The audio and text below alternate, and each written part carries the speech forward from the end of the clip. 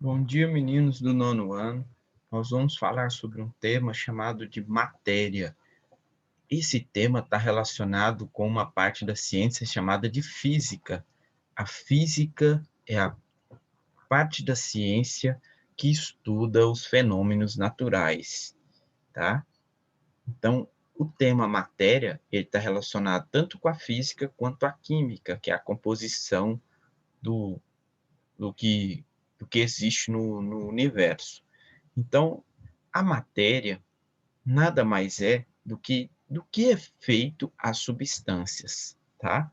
Quando a gente pergunta assim, do que é feito determinada substância? Ah, tem substância que é feita de plástico, de ferro, de aço, de vidro. A água, ela é feita de quê? O gás oxigênio é feito de quê? Tudo isso nós podemos chamar de matéria. E a matéria, ela vai ser composta de substâncias. Ela sempre tem algo menor que a compõe. Quando a gente vai estudar a matéria, ela está no capítulo 2, módulo 1, esse assunto, tá, meninos? Quem quiser acompanhar aí, é capítulo 2, módulo 1. Estudando a matéria. Se você observar essa tirinha aí do Armandinho, ele fala assim: os cientistas dizem que somos feitos de átomos, mas um passarinho me diz que somos feitos de histórias, né? Ele está dizendo que nós somos feitos de átomos, porém, esses átomos têm a sua história evolutiva. Como é que eles se combinaram? Como é que eles se organizaram? Então, essa brincadeira da tirinha está remetendo à formação dos seres vivos, à formação da matéria. A matéria foi tentada ser compreendida desde da filosofia antiga. Há muito tempo, né, os gregos tentavam responder do que era feito as coisas no planeta. Então, isso foi, ao longo do tempo, sendo definido e hoje nós sabemos, né, do que a matéria é feita. A matéria nada mais é do que tudo aquilo que ocupa lugar no espaço. Então, o que é uma matéria? Tudo que eu olhar e ver que está ocupando um lugar no espaço e tendo massa. Se essa estrutura tem alguma massa e ocupa um lugar no espaço, nós chamamos de matéria. A matéria ela é formada por partículas pequenas que foram chamadas de átomos. O átomo, então, é a unidade fundamental da matéria. E ele que forma o elemento químico. Cada elemento químico é o nome de um átomo, tá? Os átomos são chamados de elementos químicos. Um exemplo é o sódio. O átomo de sódio pode ser chamado de um elemento químico. Bom, se a gente observar um lápis, o lápis ele é feito de madeira e no meio a gente tem o grafite. O grafite é através dele que nós escrevemos. O grafite, ele é uma matéria composta por milhares de átomos de carbono. O carbono é um elemento químico. Esse elemento químico, quando eu escrevo no papel, eu vou deixando moléculas de carbono no papel. Então, toda vez que eu risco o papel com um lápis, eu estou deixando moléculas que compõem esse carbono. Por isso que o lápis vai ficando menor, a ponta do lápis vai acabando, porque você vai deixando pedaços de átomos presentes ali no papel, vai desgastando ele, tá? A água também é composta por pequenos átomos. E esses átomos, quando eles se combinam de 2 a 2 ou mais, a gente chama essa combinação de molécula. Então, quando eu junto um átomo mais outro átomo, aí eu vou ter uma molécula. A água ela é formada por uma molécula. A molécula nós temos da água é chamada de H2O. Nós temos dois átomos de oxigênio ligados a um átomo de hidrogênio. Então, nós temos uma molécula de água que, combinada com milhares de moléculas, eu vou ter um copo d'água ou 1 litro de água. Bom, toda matéria que existe no universo, ela responde a algumas propriedades gerais. A gente vai chamar de propriedades gerais da matéria. Ou seja, toda matéria, ou seja, tudo que existe, a água, o carbono, o grafite, você, né, o ar, tudo que existe no universo responde a essas propriedades de maneira semelhante, tá? Nós temos as primeiras propriedades, que é a massa e a inércia. A massa nada mais é do que a composição da matéria, a medida de quantidade de matéria utilizada para formar aquele corpo, tá? Isso é massa. Normalmente nós medimos a massa através de balança. Nós subimos na balança, a balança nos dá um número que seria o nosso valor de massa, ok? Então, massa nada mais é do que quantidade de matéria que forma o corpo. Então, a massa é a medida da quantidade da matéria que forma o corpo. Normalmente, a massa é dada em gramas, quilogramas e outras unidades de medida. Então, o humano adulto tem maior massa do que o filho dele. Por quê? Porque ele vai ter muito mais matéria para formar o corpo dele, que é maior, do que a do menininho, que tem um corpo menor. Então, a quantidade de matéria para formar os corpos é diferente. Isso nós chamamos de massa, ok? Então, a massa é medida na unidade de gramas, quilogramas e toneladas, tá? 1 grama equivale, né? Se você observar aqui, ó, na transformação, ela equivale a 0,01 quilogramas. 1 quilograma equivale a 1.000 gramas e 1 tonelada é 1.000 quilos. Tá? Bom, padronização da unidade de medida. Na ciência, né, é necessário ter padronização na unidade de medida. Por quê? Porque antigamente muita gente usava partes do corpo para medir as coisas. Usava o tamanho do pé, usava o palmo, a polegada, o dedo, né? Muitas formas de medir, mas essas formas não são muito parâmetros importantes, porque cada pessoa tem um tamanho de mão, cada pessoa tem um tamanho de pé, e isso pode gerar, né, divergências. Portanto, a ciência não pode trabalhar com divergência, ela tem que trabalhar com uniformidades, padrões de medida. Nesse sentido, ela buscou, né, em 1875, foi criado o Barual Internacional de Pesos e Medidas, tá? O Bureal, né, o Bureal Nacional de Pesos e Medidas Internacional, para estabelecer a base de sistema de medição único e coerente para o mundo todo. E assim foi feito, tá?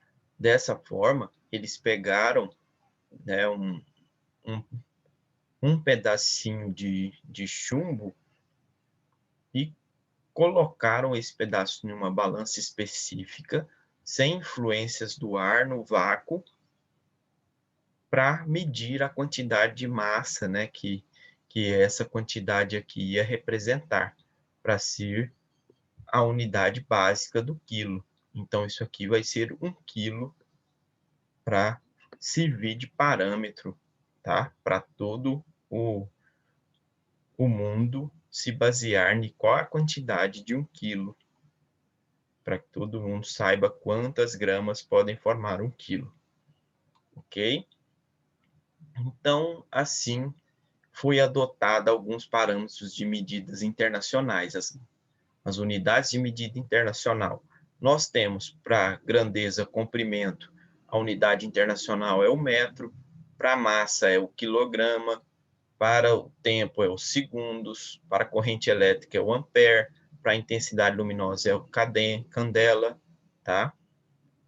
E para superfícies, medidas de superfície, a gente tem o metro quadrado, para o volume a gente tem metro cúbico, para velocidade metro por segundo, para densidade quilograma por metro cúbico e para aceleração metro por segundo ao quadrado. Então, todas essas unidades que vocês estão vendo aqui, as siglas e a unidade básica, foi definida por convenções científicas, né, como unidades internacionais de medida. Então, internacionalmente, mesmo aqui no Brasil, nos Estados Unidos, no Japão, em qualquer lugar do mundo, a ciência usa essas unidades aqui para fazer as suas medições e comparações. Bom, unidades de medida, medir a massa, a quantidade, é utilizado um equipamento chamado de balança. A balança, ela mede a quantidade de matéria que eu coloco em cima dela. Ela mede através da força-peso e nos dá isso em valores de gramas, quilogramas ou toneladas, tá? Então, toda vez que eu subo numa balança, eu estou medindo a minha massa. Eu estou observando quanto de matéria forma meu corpo, ok? Bom, mas existe outra propriedade que eu posso calcular se eu tiver a massa e tiver o cálculo do volume. Se eu tiver massa e volume de um corpo, eu consigo calcular a densidade. A densidade nada mais é do que a massa dividido pelo volume. Então, se eu dividir a massa em quilogramas pelo volume, que é metro cúbico, eu vou ter a unidade de densidade de quilograma por metro cúbico, tá? Ou grama por centímetro cúbico, se eu usar, né, os subunidades. Para que eu tenho que saber densidade? A densidade pode me dizer o que vai flutuar ou o que vai afundar em relação à água ou qualquer objeto ou qualquer matéria que eu tenha. A matéria mais densa fica mais embaixo, a matéria menos densa fica mais em cima. Então, a densidade serve para observar isso, tá?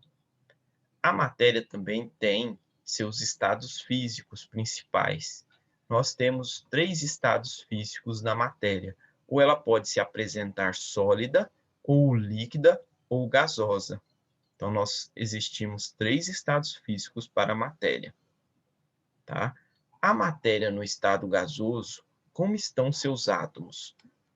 A matéria em estado gasoso, como exemplo da nuvem, os átomos estão separados, eles estão distantes uns dos outros e as partículas estão agitadas, bem agitadas.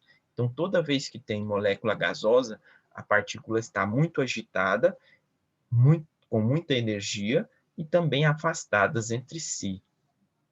Quando a gente tem a matéria no estado líquido, que aqui é a água líquida no mar, vocês observam, as moléculas estão um pouco mais próximas uma das outras do que aqui no estado gasoso, ligadas em 2 a 2 ou 3 a 3, com uma pequena ligação, e com uma média agitação molecular.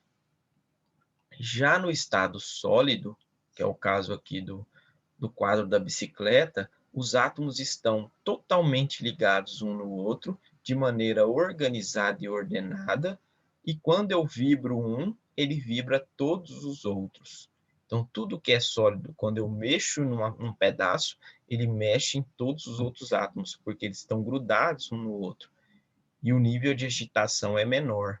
Então, aqui é baixa vibração, né? Baixa vibração molecular, média, e aqui é a alta vibração.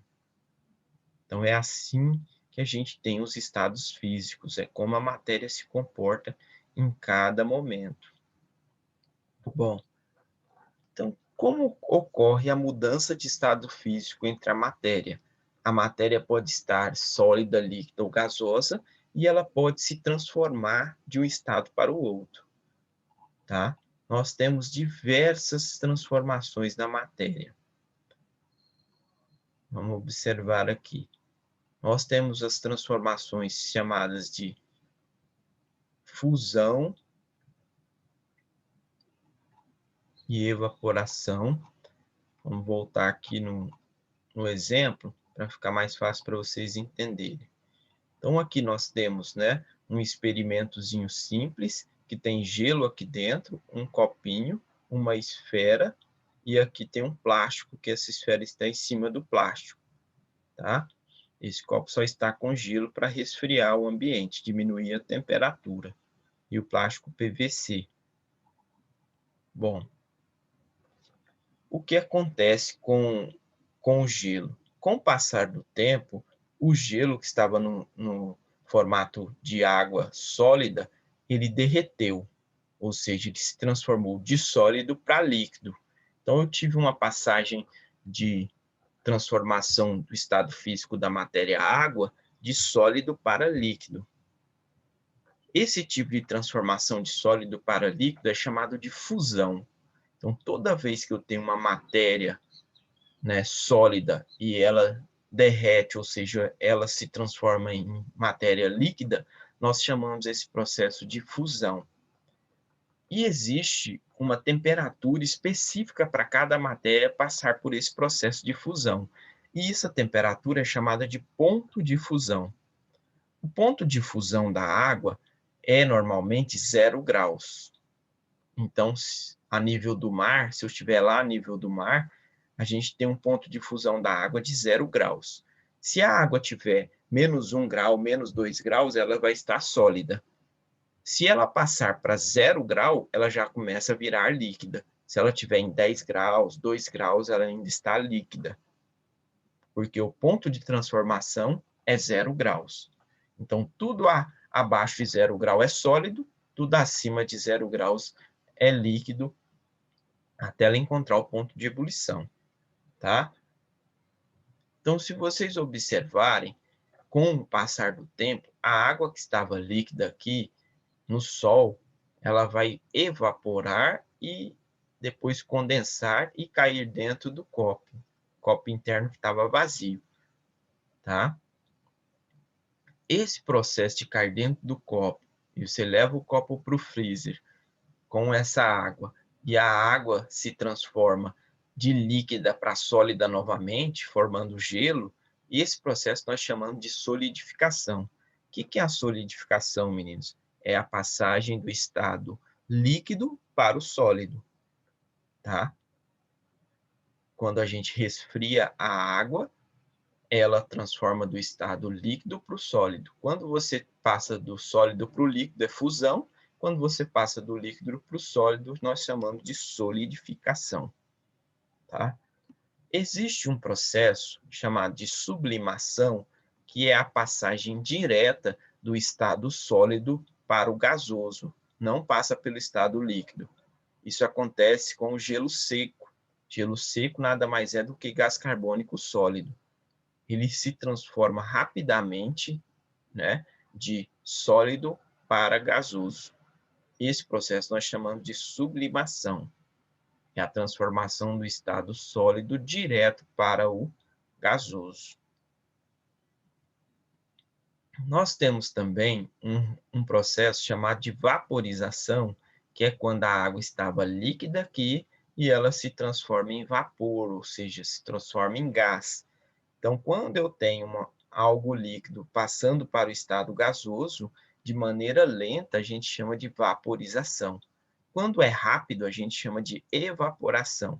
Quando você joga a água numa panela quente e ela evapora rápido, esse processo se chama evaporização. Não vaporização, que é um processo mais lento, tá? Mas é um processo de passagem do líquido para o estado gasoso. Quando é o contrário, a gente tem algo que é gasoso e esse algo gasoso se transforma em líquido novamente, que é o processo de chuva, né, que nós conhecemos, a gente chama esse processo de condensação.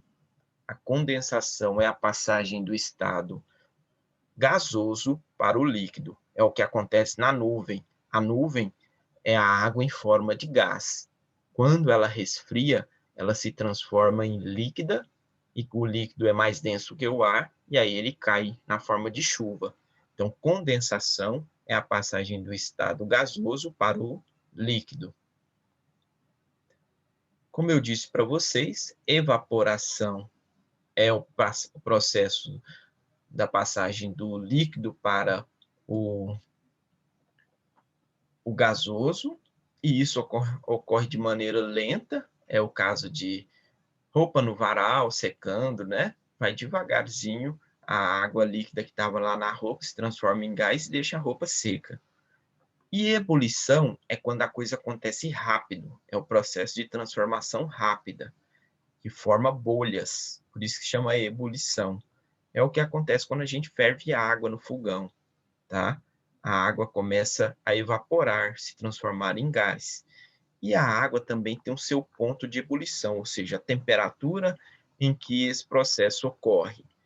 Normalmente, ao nível do mar, a água pura, ela sofre ebulição a 100 graus Celsius. Então, 99 ainda tem água líquida. Quando chega a 100, 101, aí a água já se transforma em gasosa. Ela já passa pelo processo de ebulição. Então, existe o ponto de fusão, que é a água se transformando do sólido para o líquido, e quando ela é do líquido para o gasoso, a gente chama de ponto de ebulição. Bom, esses processos de ebulição, de condensação, de transformação da matéria, né, nesses 3 estágios, acontece com as nuvens, com os processos que nós temos, né, do ciclo da água no nosso planeta. E aí ele faz com que ocorram chuvas, né, e controle o clima em nosso planeta. Os chamados rios voadores, né? A água que acaba sendo evaporada da floresta amazônica, ela acumula em nuvens, ela é soprada aqui para a região do Cerrado, e aqui no Cerrado, na Mata Atlântica, no centro do Brasil, ela acaba se condensando e caindo como chuva. Então, as chuvas que caem aqui no Cerrado, elas principalmente são formadas lá na Amazônia por evapotranspiração das plantas. E aí elas vão chover aqui, ó, nessa região, onde elas encontram, né, é, essa umidade e a capacidade de se condensar. Bom, então é isso, meninos, sobre a matéria. Ela é formada por átomos. Nós vimos que os átomos são formados quando eles se juntam em dois, né? Eles formam moléculas. As moléculas podem estar em vários estados físicos, como sólido, líquido e gasoso, e existem transformações de um estado para o outro de acordo com a temperatura. E a ciência utiliza unidades básicas, né, de medidas para medir a massa, medir a inércia, o volume, medir as características da matéria. Ok?